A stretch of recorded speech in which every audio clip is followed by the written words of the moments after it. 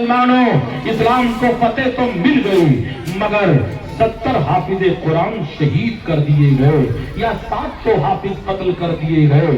یہ خبر جب حضرت عمر ابن خطاب رضی اللہ تعالی عنہ تک پہنچتی ہے تو آپ دوڑ کر حضرت امیر المومنین صدیق اکبر کی خدمت میں حاضر ہوئے اور کہنے لگے اے امیر المومنین اگر یوں ہی حافظ قرآن قتل ہوتے رہے تو قرآن کی حفاظت میں دشواری پیدا ہو جائے گی، اس لیے ہمارا مشورہ یہ ہے کہ قرآن کو کتاب کی شکل دے دی جائے، قرآن کو لکھ دیا جائے، قرآن کو تحریر کر دیا جائے۔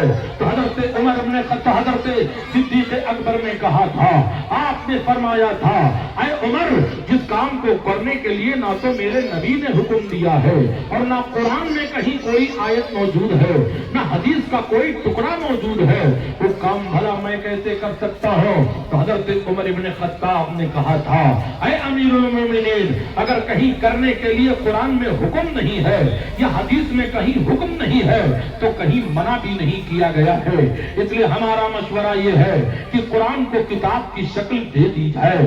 تب حضرت صدیق اکبر نے کہا تھا اے عمر اللہ تیری قبر کو روشن کرے، تو نے تو صدیق کے سینے کو روشن کر دیا۔ تب ان رائٹروں کو بلایا گیا، ان محرروں کو بلایا گیا، ان کاتبوں کو بلایا گیا۔ جب میرے نبی پر قرآن اترتا تھا، قرآن نازل ہوتا تھا، میرے نبی اپنے نبوت والی زبان سے قرآن کی تلاوت کرتے تھے اور یہ لوگ لکھا کرتے تھے۔ تب قرآن کو اکٹھا کیا گیا، قرآن کو اکٹھا کیا گیا۔ یہ کس کے زمانے میں قرآن اکٹھا کیا گیا؟ قرآن اکٹھا کیا گیا حضرت صدیق اکبر کے زمانے میں اکٹھا کیا گیا۔ آج ہمیں 20 رکعت کی جو تراویح کی نعمتیں ملی ہیں جماعت کے ساتھ، یہ کس کی دین ہے؟ حضرت عمر ابن خطاب کے دور کی دین ہے۔ اور آج حافظ قرآن جو رمضان کے مہینے میں آج جماعت کے ساتھ تراویح سناتے ہیں، یہ کس کی دین ہے؟ حضرت عمر ابن خطاب کی دین ہے۔ اس لیے مسلمانوں یہ اسلام کے وہ قائد اور رہنما ہیں جن کی زندگی کا ایک ایک لمحہ ہم غلاموں کے لیے مشعل راہ ہدایت ہے۔ متاع زندگی جس نے لٹا دی اس کی احمد پر خدا کی رحمتوں کے پھول برسے، ان کی تربت پر حضرت عمر ابن خطاب کے زمانے میں قرآن کو اکٹھا کیا گیا، قرآن کو 30 پاروں میں تقسیم کیا گیا۔ یاد کر لو ایک حکمراں گزرا ہے، ظالم حکمراں گزرا ہے جسے حجاج ابن یوسف کہا جاتا ہے۔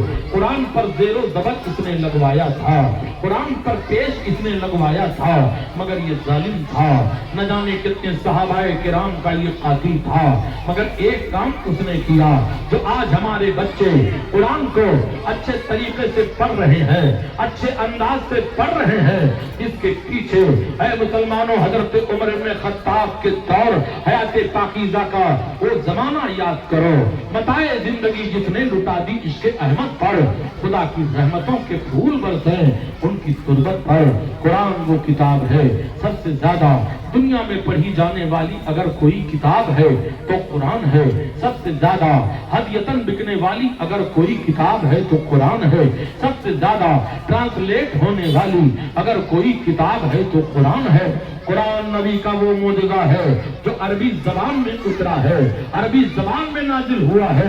اس لیے اے مسلمانوں پوری دنیا کے مسلمان جس بھی زبان میں گفتگو کرے، مگر جب انہیں نماز پڑھنی پڑے گی تو تلاوت انہیں عربی میں کرنی پڑے گی، رکوع سجدے کے الفاظ عربی میں ادا کرنے پڑیں گے۔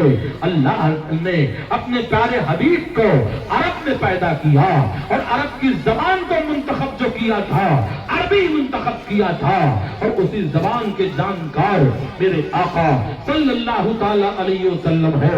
اور میرے آقا صلی اللہ تعالی علیہ وسلم کے علم کا کیا کہنا؟ اے مسلمانوں حضرت آدم علیہ الصلوۃ والتسلیم کو اللہ نے 9 لاکھ بولیوں کا علم عطا فرمایا تھا۔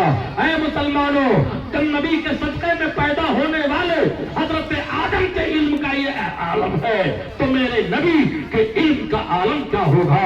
جب ان کے گدا بھر دیتے ہیں شاہانے زمانہ کی جھولی، ممتاز کا جب یہ عالم ہے مختار کا عالم۔ سبحان اللہ۔